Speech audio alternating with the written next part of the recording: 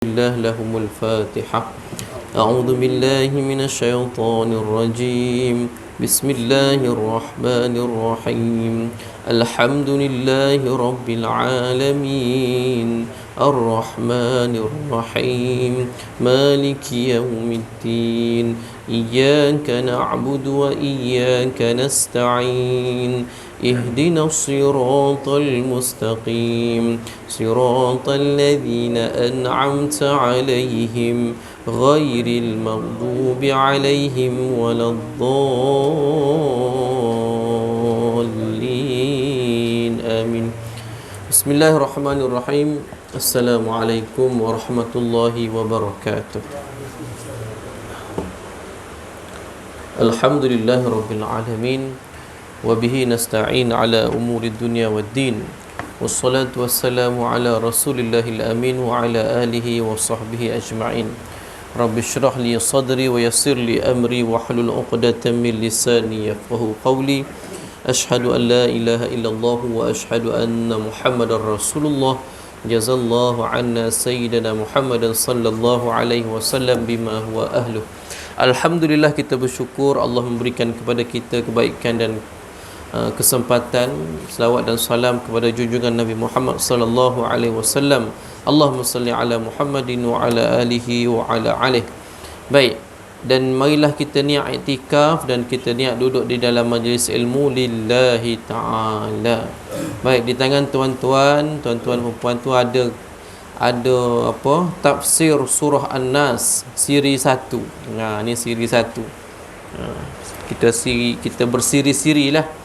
Dia bukan drama saja, ada siri. Kita pun ni insya-Allah kita cuba buat semampu kita.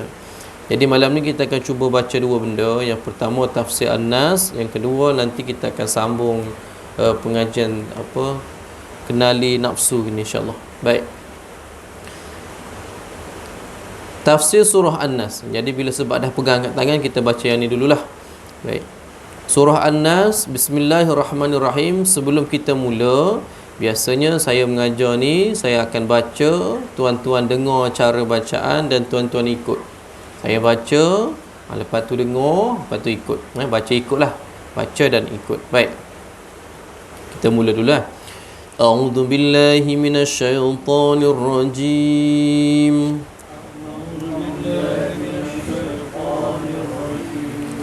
Bismillahirrahmanirrahim.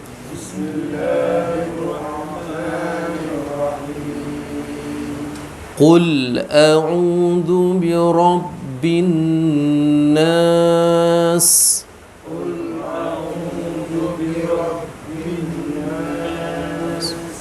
Malikin nas. Ilahin nas. Min syarril waswasil khannas.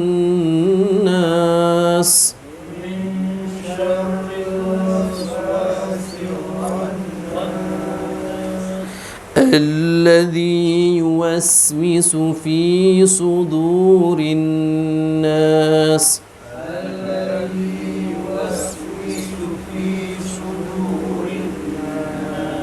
Minal jinnati wan nas. Baik, sedikit bila kita baca ni ada beberapa perkara yang perlu kita jelas. Maknanya daripada tajwid dan juga makhraj. Yang pertama qul. Bila sebut qul, lam mati tu, lam tu berada di langit. Qul biar jelas. Qul, jangan qul. Lepas sikit. Qul a'udzu. Huruf zal bukan zai. Zal ni lidah duduk dekat bawah gigi. A'udzu. Tengok gigi. Bawah gigi. A'udzu bi rabb. Ra ni ra apa ni? Ra tebal Rabb. Kena je getar dua kali paling kurang. Rabb. bin nas. Yang ni ramai tinggal tadi. Wajib gunnah. Dua harakat dengung. Bin nas baru lepas. Jangan bin nas. Tu tak ada dengung. Kena ada dengung okey. Samalah yang lain. Malikin ka malikin nas. Dengung juga situ. Mak wajib gunnah tu. Ilahin nas. Dengung juga. Lepas tu min. Dengung apa ni? Apa panggil ni? Min syarri. Apa ni? Apa tajwid dia? Min syarri. Izhar ke ikhfa? Min syarri. Ikhfa. Ikhfa. Min syarri. Jangan baca min. Min tu bila kita lidah kita letak di langit jadi bunyilah macam tu. Min. Sedangkan kita jangan letak lidah kat langit. Min. Lidah tu bebas. Dia tak sentuh apa-apa. Dia tak sentuh gigi, dia tak sentuh langit. Min. Lidah kat tengah Mana kalau mulut kita ni kat tengah ni. Jadi dia tak sentuh atas, dia tak sentuh bawah. Gigi pun tak sentuh, dia duduk sorang-sorang kat tengah tu. Min. Okey. Min syarril ronipis. Syarril waswasil khannas. Dengung situ. Alladhi sama dha. Jangan allazi. Biasa kita baca sama je. Allazi beza tu. Yang ini alladhi yuwaswisu fi sudurin nas. Alladhi yuwaswisu fi sudurin nas minal jinnati wan nas. Dengung ni kira-kiranya dengung 2 harakat ataupun lajak sikit 3. Tengok atas lagu lah. Jangan bagi lebih.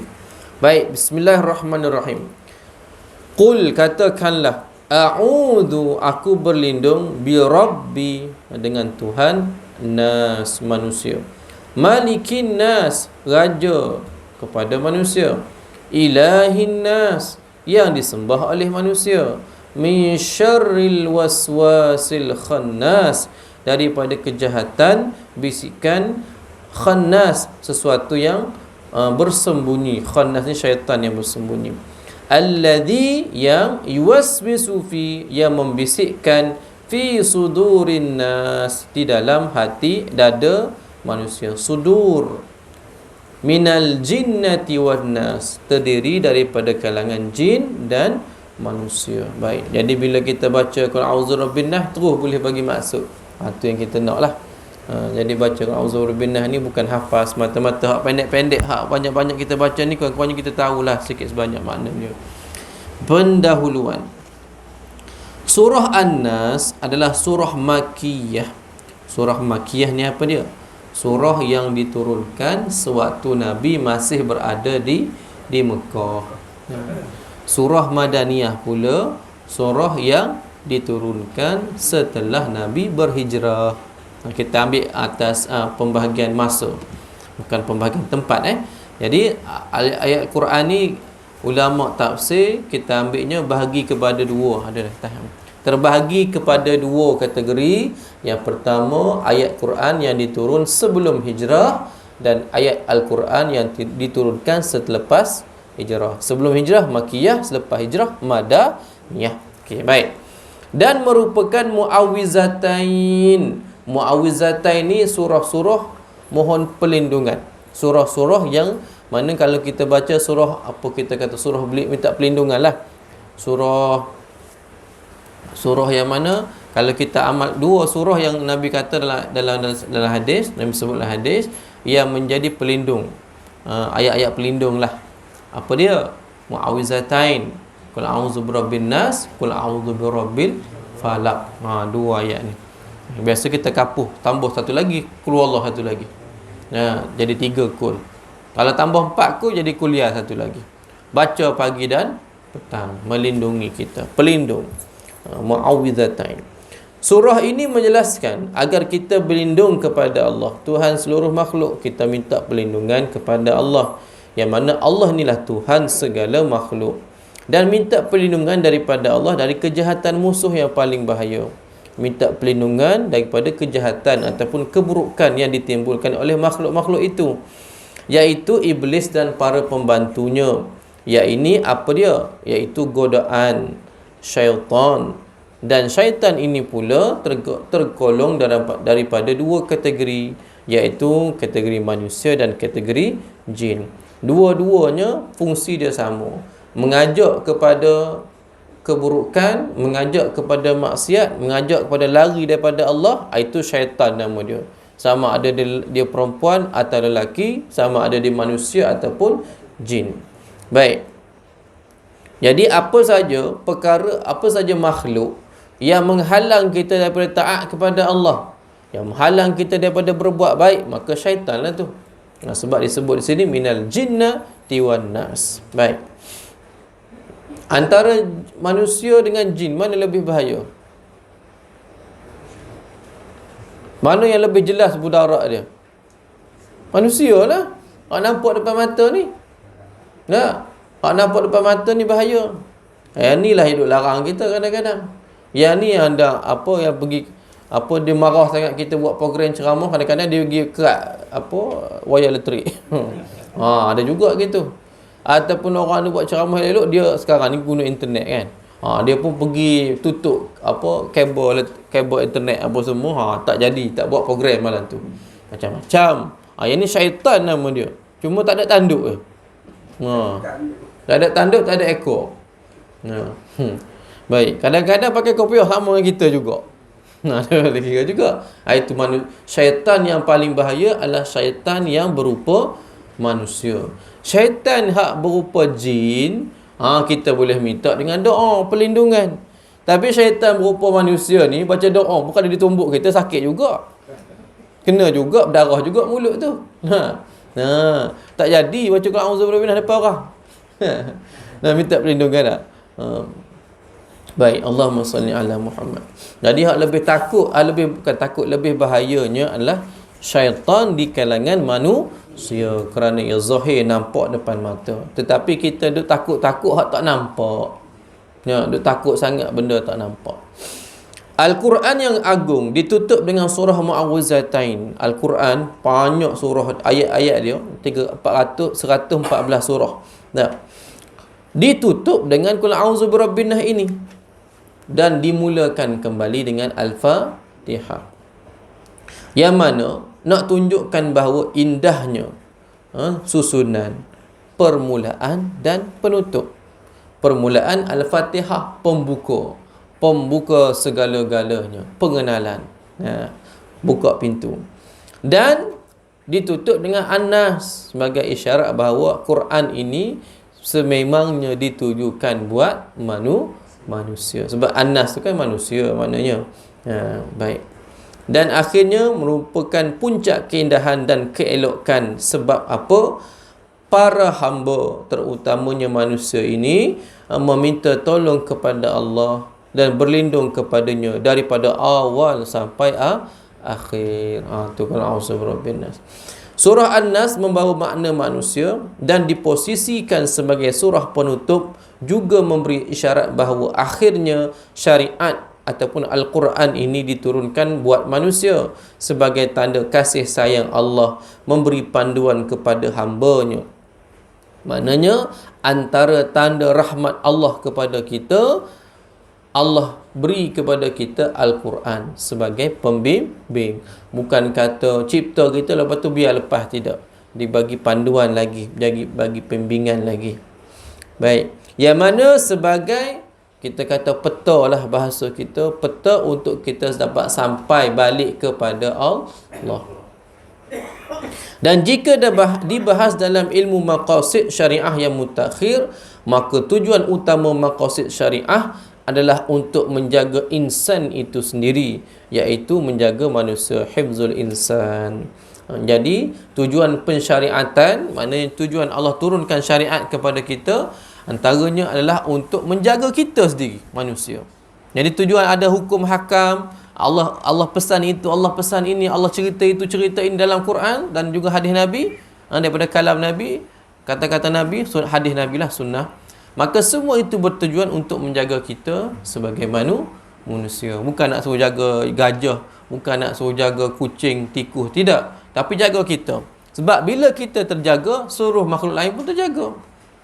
Dalam tu kita jaga diri kita. Dengan sebab kita jaga diri kita, kita boleh jaga alam. Maknanya jaga alam sekitar, jaga urus alam, urus bumi. Sebab khalifah kan, khalifah di muka bumi yang mengurus alam. Baik, seterusnya asbabun nuzul. Yang tadi pendahuluan, ni asbabun nuzul. Asbabun nuzul ini sebab nuzul, turun, sebab turunnya surah An-Nas. Dalam kitab tafsir Jalalain, Jalalain ni maknanya dua jalal, lain, dua jalal, Jalalaini, dua jalal. Sebab apa? Ada dua ulama yang bernama Jalal yang mengarang kitab tafsir ni. Jalaluddin yang pertama nama Jalaluddin Al-Mahalli, yang kedua Jalaluddin As-Suyuti. Baik. Di dalam kitab tafsir Jalalain ada disebutkan sebab turunnya surah An-Nas ini. Imam Abu Nuaim di dalam kitabnya Ad-Dalail telah mengetengahkan sebuah hadis daripada Jalul Abu Ja'far Ar-Razi, yang mana ia telah menerimanya daripada Ar-Rabi' ibnu Anas, kemudian Ar-Rabi' menerimanya daripada Anas ibnu Malik, disebut perawi. Anas ibnu Malik menceritakan bahawa ada seorang Yahudi berbuat sihir terhadap Rasulullah. Yahudi menyihir Nabi. Maka kerana hal itu, Rasulullah pun mengalami sakit yang kuat. Ketika para sahabat datang menjenguknya, mereka menyangka bahawa hal itu hanyalah biasa saja, sakit-sakit biasa saja. Kemudian datanglah malaikat Jibril dengan membawa turun dua surah ini, iaitu surah Al-Falaq dan surah An-Nas, Mu'awwizatain. Malaikat Jibril segera mengubatinya dengan membacakan kedua surah itu. Lalu Rasulullah sallallahu alaihi wasallam keluar menemui para sahabat dalam keadaan sihat dan segar bugar. Baik.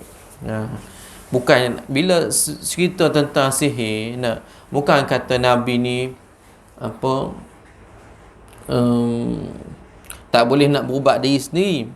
Tapi cerita ni nak suruh jadi asbab untuk kita. Bila kita sakit, biasanya kita dalam keadaan lemah. Maka kita memerlukan pertolongan orang lain nak berubat kita.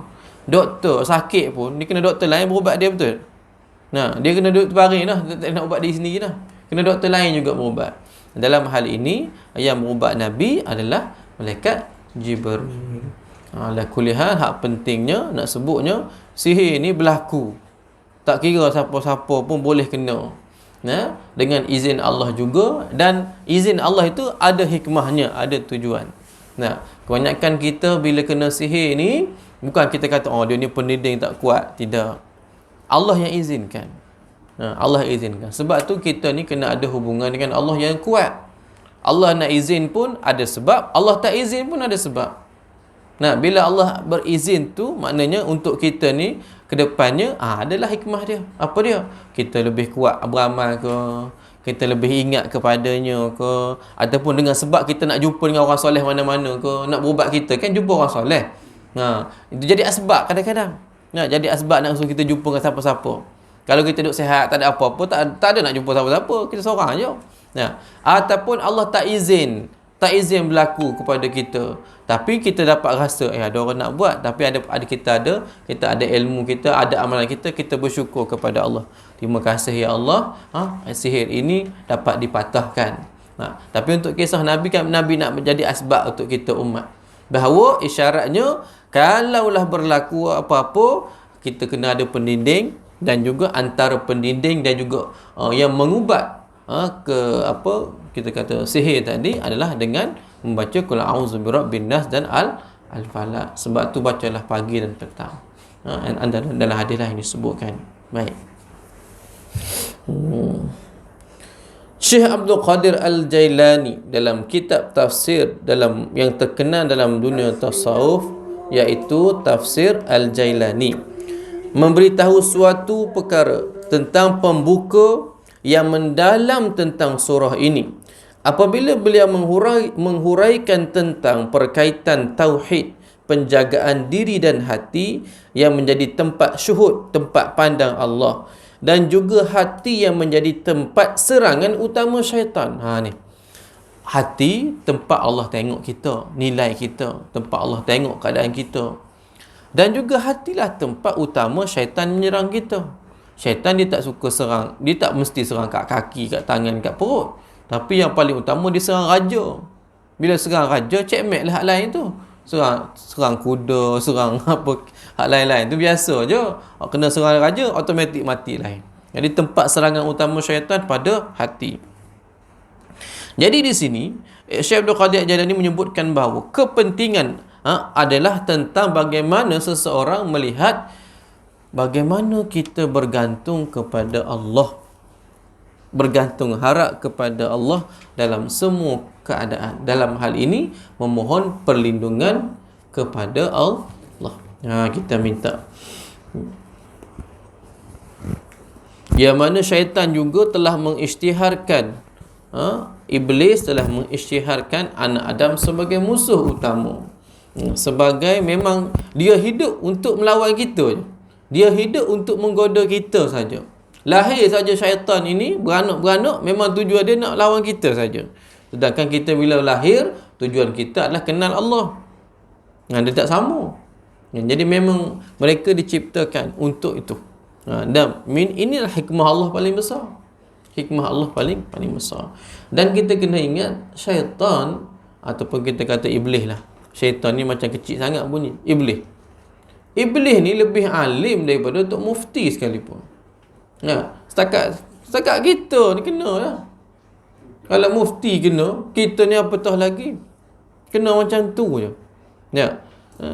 Sebab syaitan lebih kadang-kadang, dia bukan kadang-kadang, syaitan ni lebih alim daripada kita, lebih banyak hafal hadis daripada kita. Cuma depa hafal hadis tu, depa tahu hadis, depa alim tu, ilmu hukum hakam ni untuk pusingkan kita, untuk tuiskan kita, untuk cari celah-celah.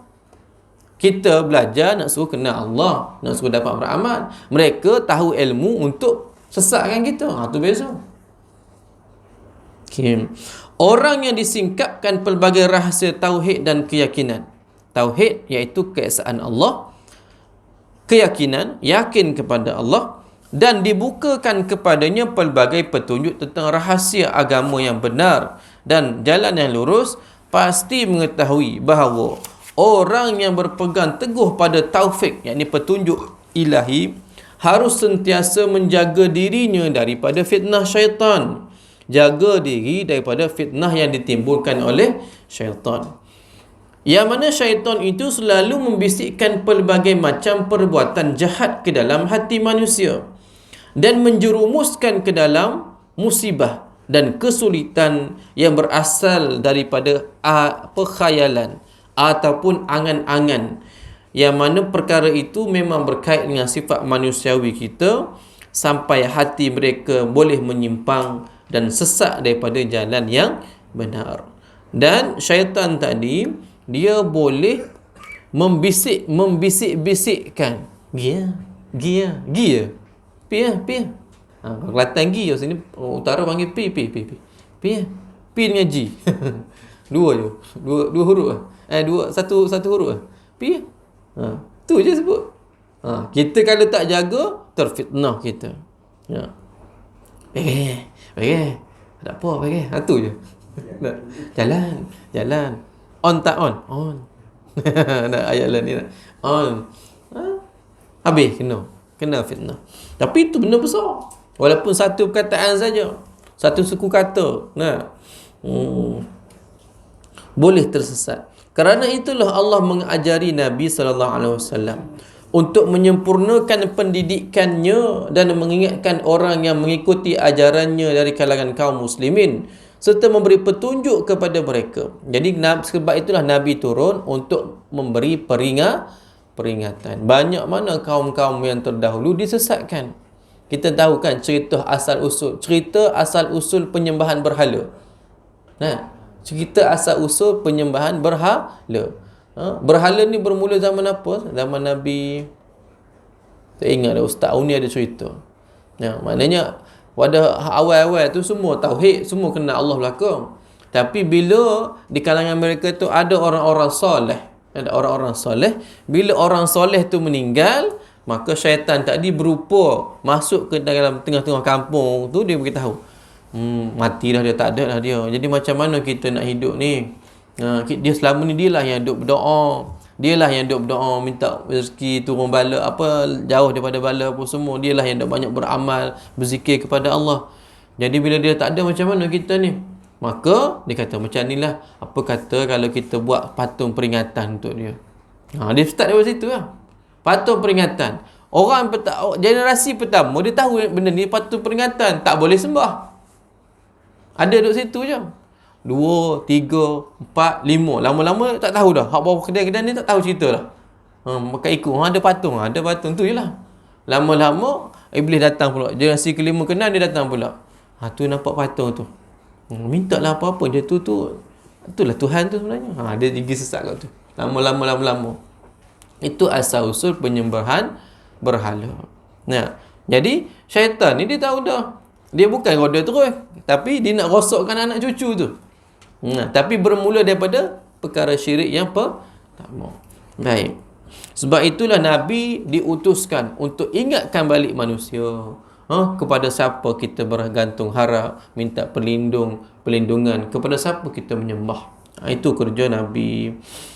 Setelah memberikan keberkahan, ni masuk tafsir.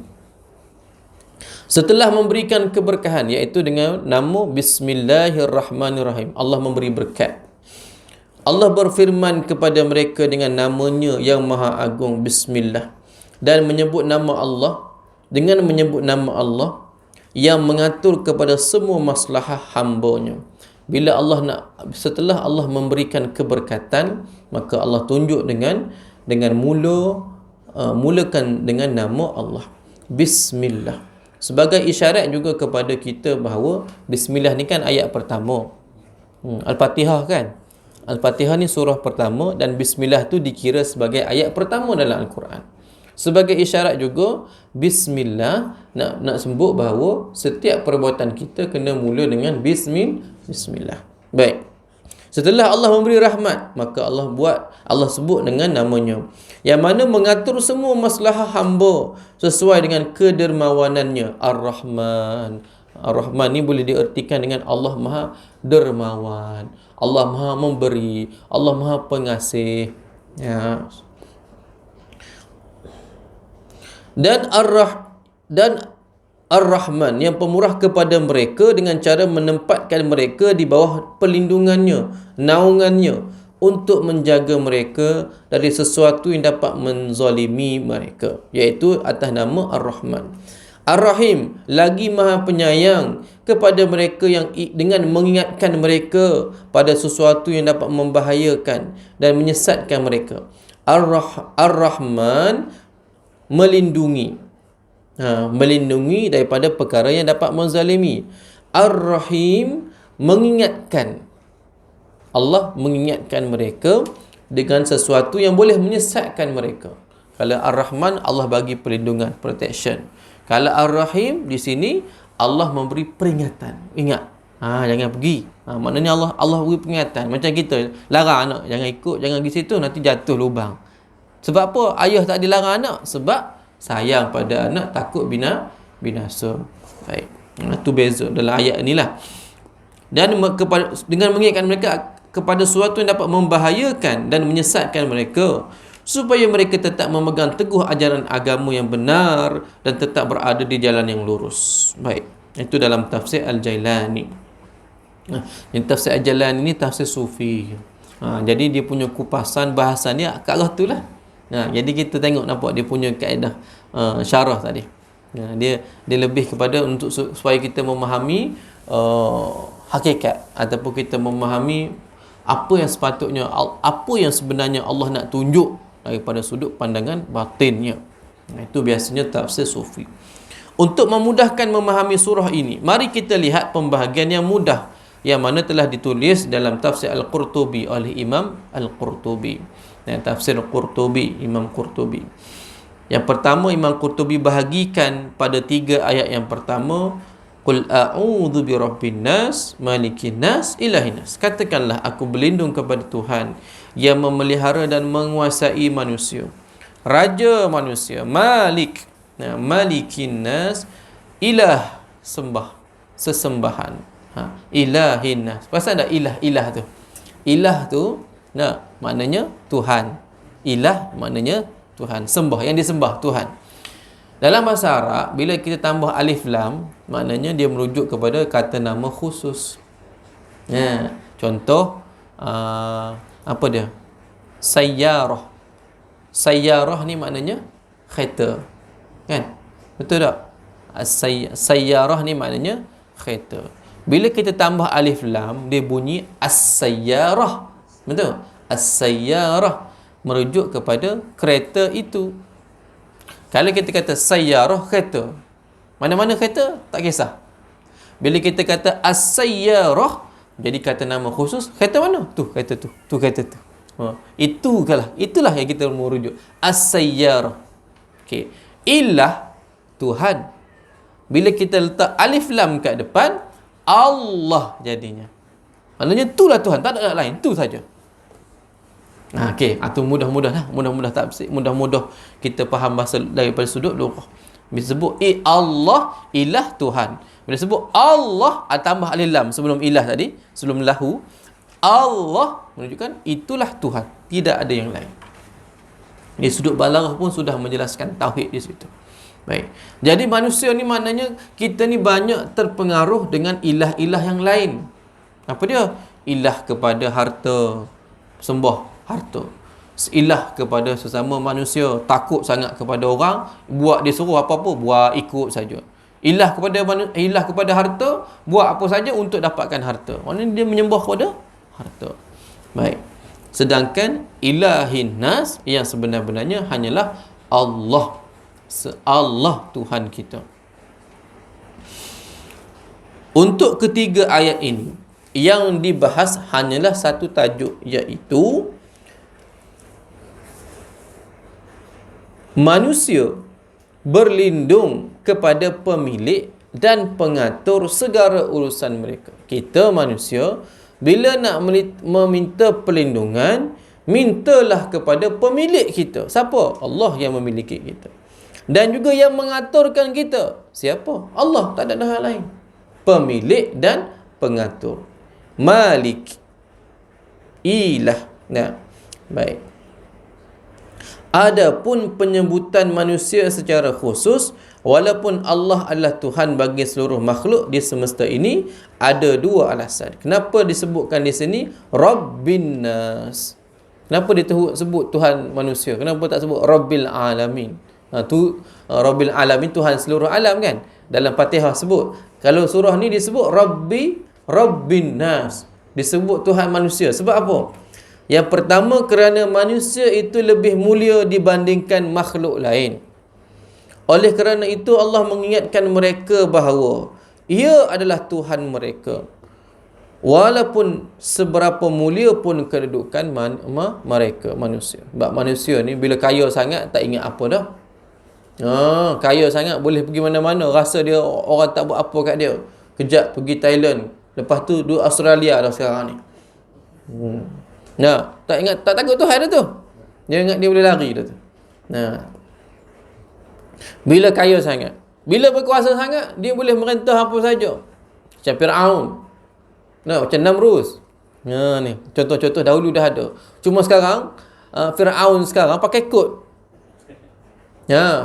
Pakai songkok mana ada dia. Tak tahu. Baju je beza, tapi perangai sama.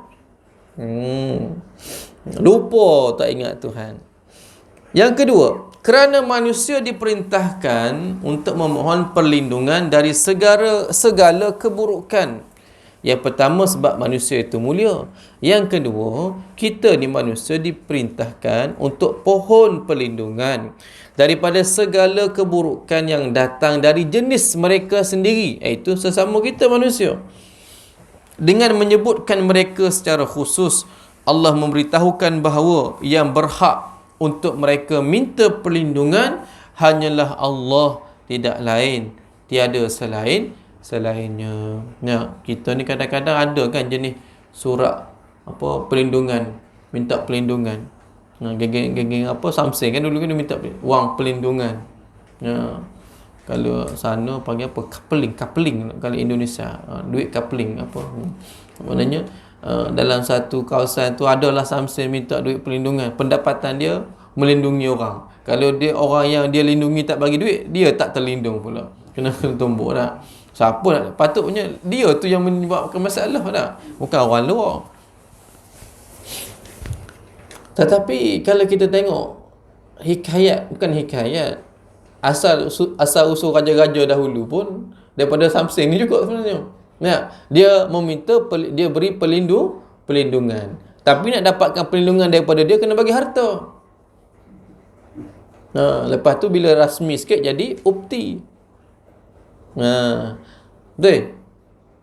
Sensitif ke mana? Sensitif ke mana ni? Sensitif kot.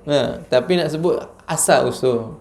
Daripada yang kecil lama-lama jadi besar. Bila jadi besar dia ada siap istana apa semua. Dulu dalam gua. Dalam gua pun banyak hartanya. Lepas tu lama-lama makin besar. Sesuai lah keadaan masing-masing.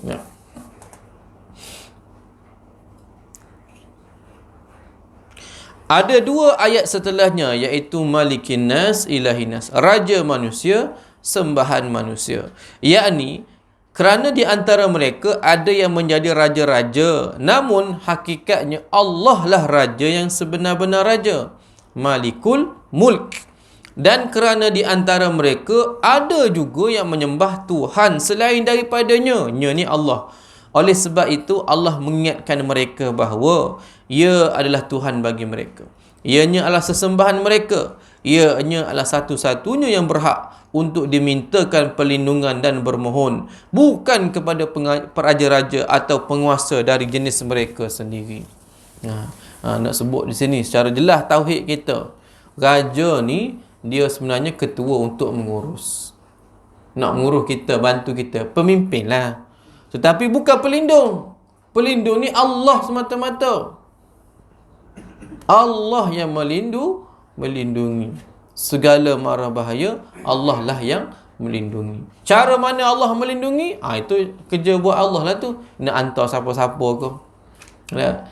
Contoh, kita nak pergi mana-mana, kita upah orang 2 bodyguard. Ni pelindungan daripada pelindungan dengan bodyguard orang kaya kan. Jadi dia upah 2 bodyguard kiri kanan. Bila rasa takut sikit lagi, depan belakang pun tambah lagi. 4 orang bodyguard dia, kiri kanan depan belakang. Biasanya ini protokol. Kalau pemimpin utama negara, biasanya raja ke Perdana Menteri ke, dia ada protokol tu kalau pergi majlis mana-mana. Baik. Jadi kiri kanan depan belakang. Tetapi kalau Allah nak izin berlaku musibah, berlaku juga. Dengan 4-4 hanyut. Kalau belanggar kereta, apa 4 kena? 5 lah sekali dengan dia. 4 bodyguard, dia seorang. Kalau dah ditakdirkan Allah, dia naik atas jambatan runtuh, terjun dalam laut, semua kena juga. Adakah pelindung 4 orang tadi boleh backup juga? Tak juga. Sebab tu hakikatnya yang perlindungan yang sebenarnya adalah hanya daripada Allah. Sebab tu nak ajar di sini akidah kita betul-betul. Jangan takut sesama manusia. Manusia ni boleh hormat, boleh tunaikan hak dia. Tapi perlindungan, takut kita, perlindungan minta hak hanyalah kepada Allah. Sungguh-sungguh akidah ni tanam betul-betul ni. Akidah ni tanam betul-betul. Kenapa tak buat ni? Takut ada orang marah. Kenapa tak buka pintu? Takut ni. Kenapa ni? Takut ni. Kenapa tak buka aircon? Takut. Macam-macam lah takutnya. Takut siapa? Takut kepada makhluk lah tu. Buang benda tu. Biar murnikan kita punya minta pertolongan, perlindungan kepada Allah semata-mata.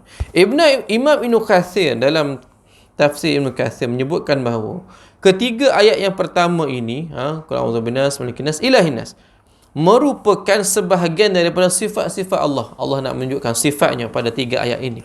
Yang pertama sifat rububiyah, sifat-sifat ketuhanan, iaitu sifat malik, sifat yang memiliki, sifat yang memerintah, tu malik.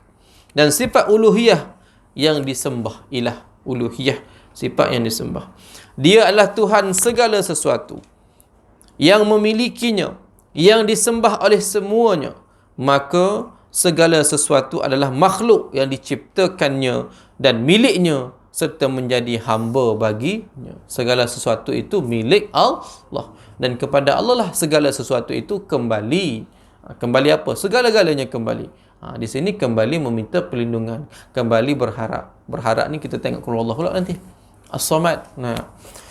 Orang yang meminta perlindungan diperintahkan agar permohonan itu menyebutkan sifat-sifat tersebut agar dihindar dari kejahatan, godaan yang tersembunyi, iaitu syaitan yang selalu mendampingi manusia. Siapa yang duduk dekat kalian kita ni? Qarin. Nanti ada bincang juga tu hal qarin ni. Kerana sesungguhnya tiada seseorang manusia pun melainkan mempunyai qarin, pendampingnya dari kalangan syaitan, yang menghiasi perbuatan-perbuatan fahisyah sehingga terlihat bagus olehnya. Perbuatan-perbuatan yang buruk dianggap bagus. Di make up ni nak tutup benda buruk kan. Kalau orang perempuan tu dah comel, tak payah make up tu. Make up ni sebab tak nak tutup lah tu. Ada benda lah tu nak tutup tu. Kalau dah semula jadi cantik, dia tak payah tutup. Jadi fahisyah, menutup perbuatan buruk. Jadi syaitan ni make up supaya kelihatan bagus, baik. Syaitan itu juga tidak segan-segan mencurahkan segala kemampuannya, menyesatkan melalui bisikan dan godaan. Dan orang yang terhindar dari bisikan hanyalah orang-orang yang dipelihara oleh Allah. Jadi kalau kita ni dapat mengelak, terhindar daripada godaan, maknanya kita ni dijaga oleh Allah. Mudah-mudahan kita termasuk golongan yang dipelihara. Okey, habis episod pertama. Kertas ni nak simpan sini ataupun nak balik, ikutlah. Cuma kalau boleh jangan gumpal lah, ada ayat Quran ni. Kalau ada file, boleh simpanlah file, buat koleksi. Nanti sampai surah ke 30, pengurusi pun buat cabutan bertuah. Siapa kumpul 30 tu berapa bulan pula, tahun-tahun pula. Tahun.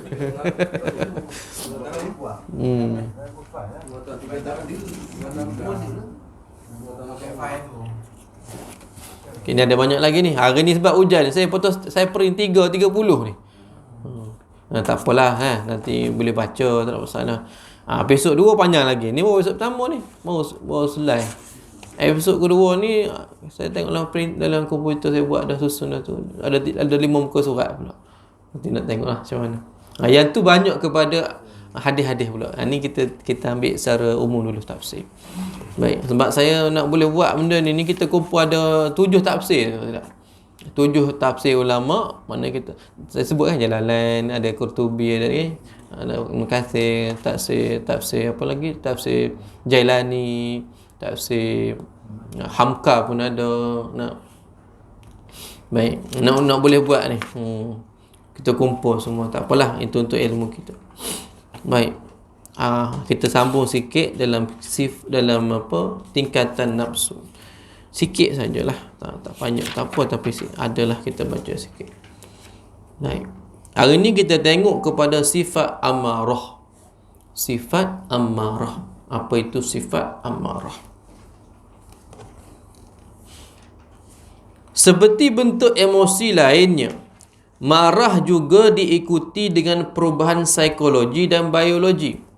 Bila berlakunya marah, maka ada perubahan pada psikologi minda dan juga biologi tubuh. Sebab tu orang marah ni nampak di mukanya.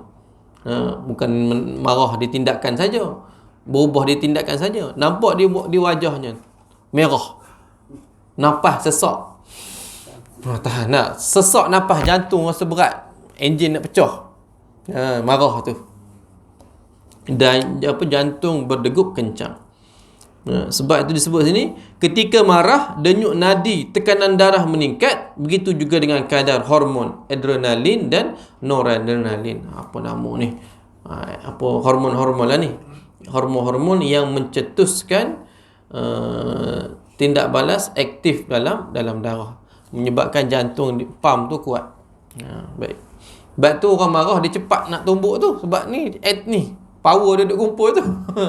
Nah, darah tu cepat bertindak. Nah, kalau kita bangun tidur kan kita dalam keadaan tenteram dan tenang. Jadi darah tu bergerak slow. Tapi time marah ni dia macam orang berlari, macam orang sukan. Dia memang tengah aktif. Jadi sebab tu orang marah ni darah dia dah memang bergerak pantas, ready dah benda tu. Kalau nak tumbuk memang kena tunggu. Memang laju dia pergi. Dia tak sama kita nak tumbuk orang dalam keadaan marah dengan kita tumbuk orang baru bangun tidur. Dia main kebas-kebas lagi. Gitu je kalau bangun tidur. Tapi tak nak marah, patah ni, tiang ni. Baik. Sebab apa? Sebab dalam darah dia tadi, denyutan. Baik. Hakikat marah. Dalam kajian ilmu komunikasi, marah hakikatnya adalah salah satu bentuk dari komunikasi. Kalau seseorang itu marah, artinya dia sedang berusaha menyampaikan mesej kepada orang lain. Bentuk penyampaiannya berbeza-beza bergantung kepada persekitaran. Orang Jepun kalau marah dia diam, kerana memang orang Jepun tidak dibiasakan mengekspresikan kemarahan. Ni tengok budaya pula. Orang Jepun kalau marah dia tak bunyi apa, senyap. Memang dia tidak di. Hal ini berbeza dengan orang Amerika yang lebih berterus terang mengungkapkan perasaannya. Sama seperti orang Batak di Indonesia ada kita tu. Bila marah, jekah, keluar habis. Dia ekspresi, dia tunjuk. Kalau orang Jepun tadi diam saja. Baik. Menurut kacamata psikologi, marah adalah bahagian daripada emosi. Di antara banyak-banyak emosi seperti gembira dan sebagainya. Baik. Penyebab marah kadang-kadang berbeza bagi setiap orang. Tapi secara umumnya marah itu terjadi kerana yang pertama kecewa, sangat-sangat kecewa, tersinggung, atau memang kerana perangai dia baran. Sikit-sikit marah ada juga. Masuk je pintu, pijak tak ticak. Mana siap ni? Mana siap ni? Salah ke siap juga. Dia masuk pintu, tiba-tiba terpijak tak cicak. Bang, dia perangai dah tu panggil tu. Baik. Rasulullah bersabda, sesungguhnya marah itu dari syaitan dan syaitan itu berasal daripada api. Kita tengok pula disebut sini, faktor persekitaran juga boleh menyebabkan timbulnya marah. Seseorang yang bekerja sebagai pemandu awam akan lebih mudah marah berbanding seseorang yang bekerja di ruangan yang berhawa dingin. Orang kerja bawa beca, panas-panas tu, dengan orang kerja dalam bilik pejabat, aircon, duduk atas muka aircon. Mana lebih cepat marah? Hak bawa beca tadilah. Ini kaitan psikologi. Ada juga kaitan dengan makanan. Makanan yang berprotein tinggi seperti daging kambing akan sering menjerumuskan ataupun mengajak seseorang untuk mudah marah. Makan daging ni rupanya mudah marah. Kerana meningkatkan hormon tertentu di dalam tubuh. Begitu juga dengan kurangnya oksigen pada otak yang membuatkan kesedaran seseorang menjadi turun dan mudah dihinggapi penyakit.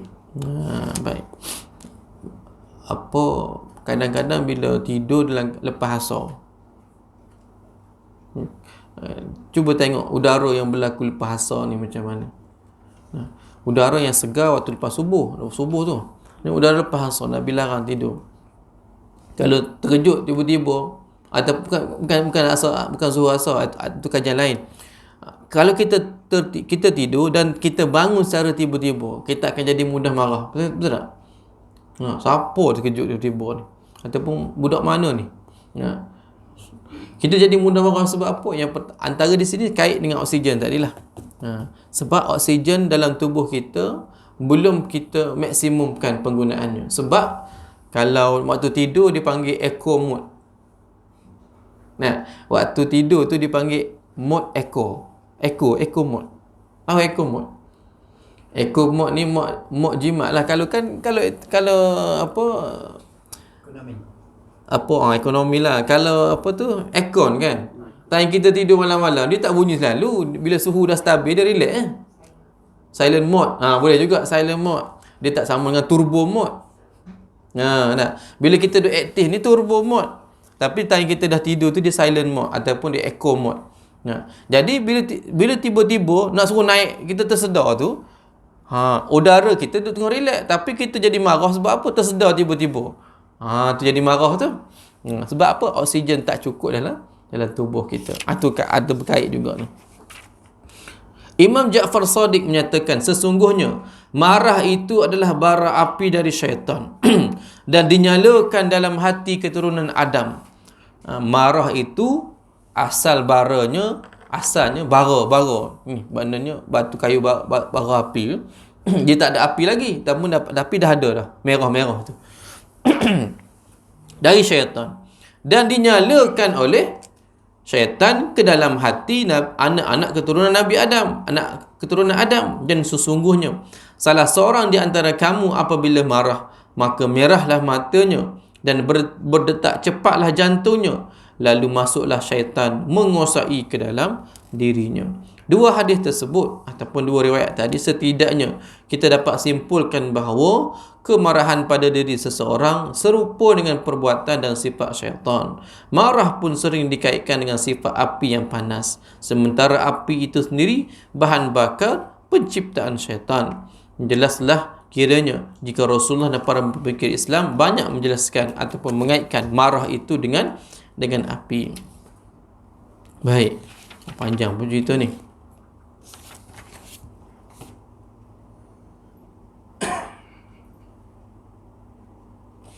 Baik, ada dululah panjang ni. Sampai sini saja, insya-Allah nanti kita sambung balik.